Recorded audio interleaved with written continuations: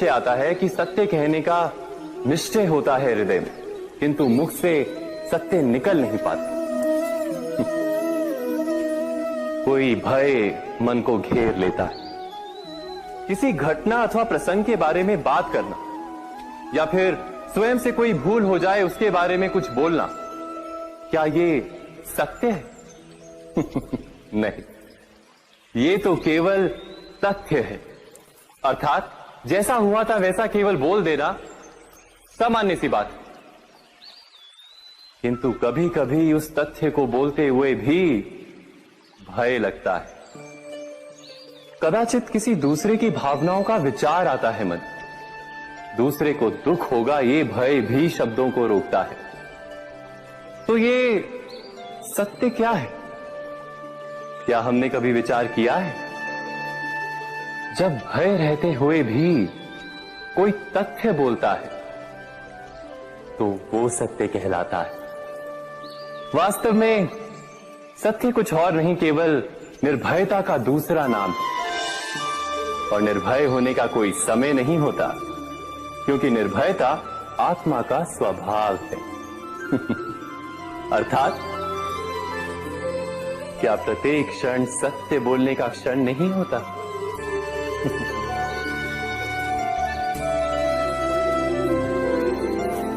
स्वयं विचार कीजिए।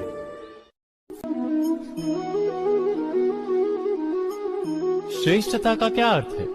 श्रेष्ठता का अर्थ है दूसरों से अधिक ज्ञान प्राप्त करना। अर्थात मूल्य इस बात का नहीं कि स्वयं कितना ज्ञान प्राप्त किया, मूल्य इस बात का है कि प्राप्त किया हुआ ज्ञान अन्य लोगों से कितना अधिक है। अर्थात श्रेष्ठता की इच्छा ज्ञान प्राप्ति को भी एक स्पर्धा बना देती है। और स्पर्धा में विजय अंतिम कब होती है?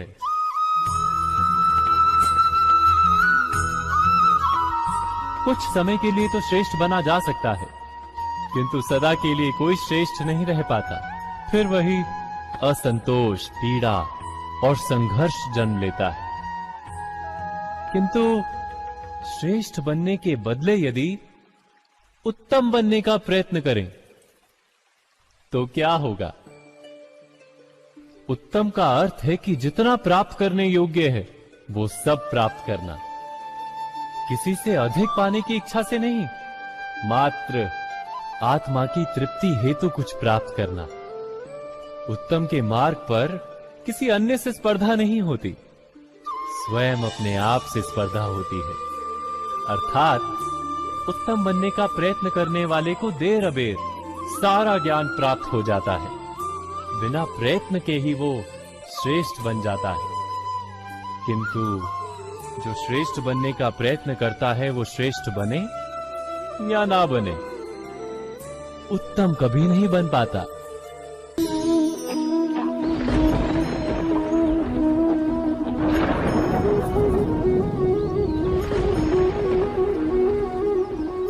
सपनों और पूर्वाभासों के आधार पर हम भविष्य के सुख दुख की कल्पना करते हैं। भविष्य के दुख का कारण दूर करने के लिए हम आज योजना बनाते हैं। किंतु कल के संकट को आज निर्मूल करने से हमें लाभ मिलता है या हानि पहुंचती है, ये प्रश्न हम कभी नहीं करते। सत्य तो ये है कि संकट और उसका निवारण साथ जन से, व्यक्ति के लिए भी और सृष्टि के लिए भी। नहीं, आप अपने भूतकाल का स्मरण कीजिए, इतिहास को देखिए, आप तुरंत ही ये जान पाएंगे कि जब जब संकट आता है तब तब उसका निवारण करने वाली शक्ति भी जन्म लेती। यही तो जगत का चलन है। वस्तुतः संकट ही शक्ति के जन्म का कारण है। प्रत्येक व्यक्ति जब संकट से निकलता है तो एक पद आगे बढ़ा होता है, अधिक चमकता है, आत्मविश्वास से अधिक भरा होता है, न केवल अपने लिए अपितु विश्व के लिए भी। क्या ये सत्य नहीं?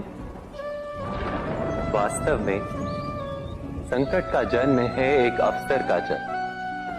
अपने आप को बदलने का अवसर, अपने विचारों को ऊंचाई पर करने का अवसर, अपनी आत्मा को बलवान और ज्ञान मंडित बनाने का अवसर।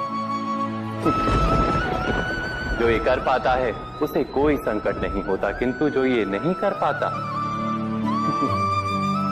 वो तो स्वयं एक संकट है विश्व के लिए। विचार कीजिए। राधे